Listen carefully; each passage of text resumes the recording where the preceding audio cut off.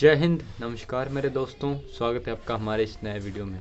तो दोस्तों, आपको पता ही होगा कि ज्वाइनिंग के समय डॉक्यूमेंट्स का बहुत ज़्यादा चक्कर रहता है कि डॉक्यूमेंट्स कौन कौन से लेके जाने हैं, कौन कौन से वहाँ पे आवश्यक हैं, यानी कि रिक्वायरमेंट होती कौन कौन डॉक्यूमेंट्स की, उनका हमें सही से पता नहीं है।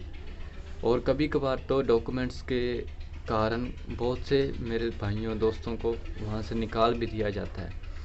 तो इस वीडियो में हम लोग यही चर्चा करने वाले हैं कि आखिर कौन कौन से डॉक्यूमेंट्स वो इम्पोर्टेंट डॉक्यूमेंट्स हैं जो हमें लेके जाने हैं और जो हमें डॉक्यूमेंट्स वहाँ पे रिक्वायर हैं। चलिए वीडियो स्टार्ट करते हैं। जब आपका ज्वाइनिंग लेटर आपके हाथ में आता है तो उसमें सभी डॉक्यूमेंट्स लिखे रहते हैं कि आपको कौन कौन से डॉक्यूमेंट्स लेके जाने हैं, क्या वहाँ पे आवश्यक है, क्या वहाँ पे आपको कौन कौन से डॉक्यूमेंट्स वहाँ पे चाहिए।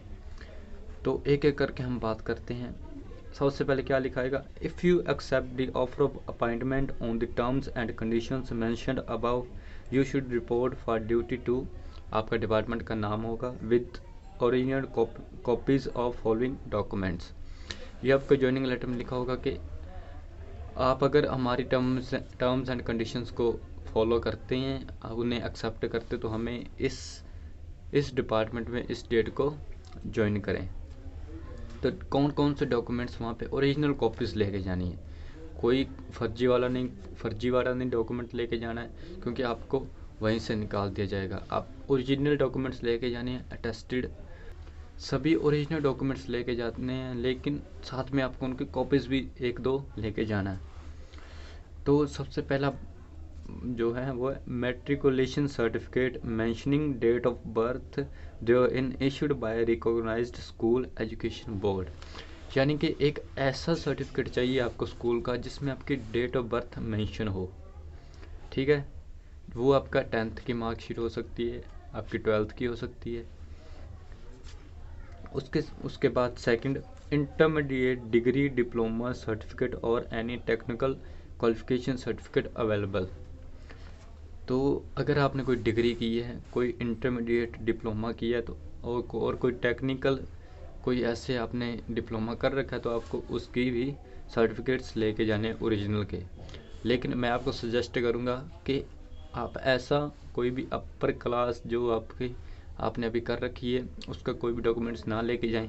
जो आपने फॉर्म फिल करते हुए लगाए थे डॉक्यूमेंट्स, या फिर आपके जब डॉक्यूमेंटेशन जो अपने डॉक्यूमेंट्स वो वहाँ पे सबमिट कराए थे वही लेके जाएं।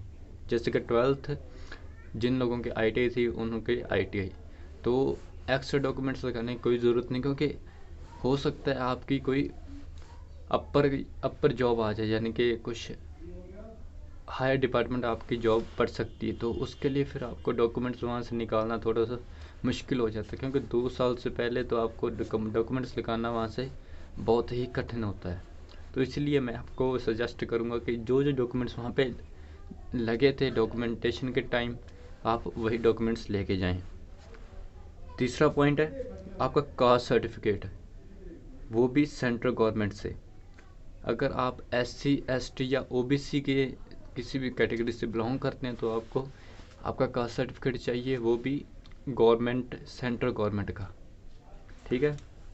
फोर्थ है नो ऑब्जेक्शन सर्टिफिकेट और discharge from previous employer if any. यानी कि अगर आप पहले कहीं जॉब करते हैं तो वहाँ से discharge certificate, no objection certificate आपके पास होना चाहिए। अगर आप कहीं जॉब करते हैं तो ये उनके लिए है। Pre verification form enclosed with offer of appointment be filled up properly and got attested by the authorities of mentioned in the form.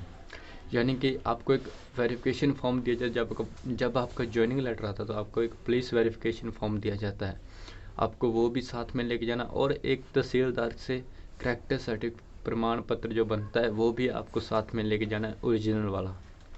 और साथ में वही उनकी मोहर और साइंस वगैरह होने चाहिए जो आपकी अथॉरिटी में आपको बोले गए हैं। आपके पास 10 आपकी फ़ोटोग्राफ्स होनी चाहिए पासपोर्ट साइज़, वो भी, और अभी की यानी कि प्रेजेंट टाइम से कुछ 1 महीने 2 महीने पहले की, कुछ ज़्यादा पुरानी नहीं होनी चाहिए आपकी 10 फ़ोटोग्राफ्स।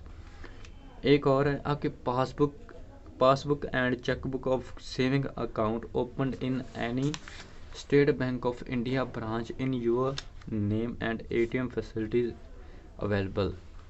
यानी कि आपके पास चेकबुक होनी चाहिए और पासबुक होनी चाहिए स्टेट बैंक ऑफ इंडिया की, और साथ में आपकी ATM सुविधा भी होनी चाहिए। ये जो है ये भी पॉइंट दिया गया है। और साथ में आपका एक पैन कार्ड और आधार कार्ड, ये आपके आवश्यक डॉक्यूमेंट्स हैं जो आपको ज्वाइनिंग के समय लेके जाने हैं आपकी ओरिजिनल कॉपीज़ के साथ। आपको कहीं पे भी मेंशन ये नहीं किया गया कि आप अपने पेरेंट्स माता पिता के डॉक्यूमेंट्स आपको साथ लेके जाएं, लेकिन आपको उनकी डेट ऑफ बर्थ, कितने साल की उम्र है, ये सब आपको पता होना चाहिए। क्योंकि सब आपको पता होना चाहिए क्योंकि जब वहाँ पे आप नॉमिनी भरते हो, नॉमिनी फॉर्म भरते हो, तो आपको वहाँ पे यह सब बताना होता है। तो ये थी पूरी जानकारी डॉक्यूमेंट्स की से रिलेटेड। अगर आपकी कोई भी इंक्वायरी तो आप मुझे कमेंट कर सकते हैं। और साथ में आपको बता दूं, अगर आप इस चैनल पर नए हैं तो हमें सब्सक्राइब करना और ज़्यादा से ज़्यादा लाइक करना बिल्कुल भी ना भूलें। जय हिंद, जय भारत।